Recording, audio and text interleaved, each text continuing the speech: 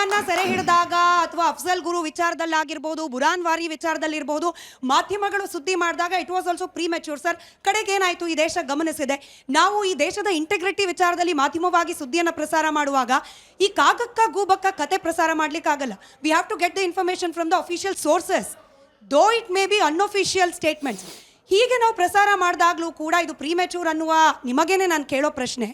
ಒಬ್ಬ ಡಾಕ್ಟರ್ ಉಮರ್, ಒಬ್ಬ doctor Muzammil who is an Indian, ಭಾರತೀಯರಾಗಿದ್ದ doctor Umar, doctor Muzammil, doctor Shaheen, ಇವರೆಲ್ಲರೂ ಭಾರತದಲ್ಲೇ ಇರ್ತಕ್ಕಂಥ ಅಯೋಧ್ಯೆಯನ್ನು ಟಾರ್ಗೆಟ್ ಮಾಡಬೇಕು ಅನ್ನೋ ಮನಸ್ಥಿತಿಯನ್ನು, ಹಾಗಾದರೆ ನಿಮ್ಮದೇ ಪದಗಳಲ್ಲಿ ವಿವರಿಸಿ ಈ ಉದ್ದೇಶ ಹಾಗೆ ಮನಸ್ಥಿತಿಯನ್ನು ನಾವು ಏನಂತ ಕರಿಬೇಕು, ಹೇಗೆ ಗಮನಿಸಬೇಕು? ನೋಡಿ, ಅಯೋಧ್ಯ ಮಂದಿರದ ವಿಚಾರದಲ್ಲಿ ಸುಪ್ರೀಂ ಕೋರ್ಟ್ ಒಂದು ತೀರ್ಪನ್ನು ಕೊಟ್ಬಿಟ್ಟಿದೆ.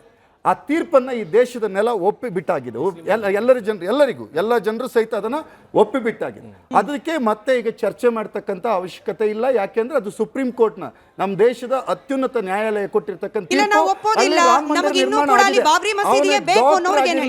ಲಾಯರ್ ಆಗಿರ್ಲಿ, ಪತ್ರಕರ್ತ ಆಗಿರ್ಲಿ, ಬಿಸಿನೆಸ್ ಮೆನ್ ಆಗಿರ್ಲಿ, ಅವನು ಭಯೋತ್ಪಾದಕ ಕೃತ್ಯದಲ್ಲಿ ಭಾಗವಹಿಸಿದ್ದಾನಂತಂದ್ರೆ ಅವನು ಅರಾಷ್ಟ್ರೀಯವಾದ ಇರ್ತಕ್ಕಂಥವನು, ಅವನು ದೇಶ ವಿರೋಧಿ, ಅವನು ಧರ್ಮ ವಿರೋಧಿ ಅನ್ನುವಂಥದ್ದು ಸ್ಪಷ್ಟವಾದಂಥ ನಿಲುವು. ಅದರಲ್ಲಿ ಏನು ಚರ್ಚೆನೇ ಇಲ್ಲ.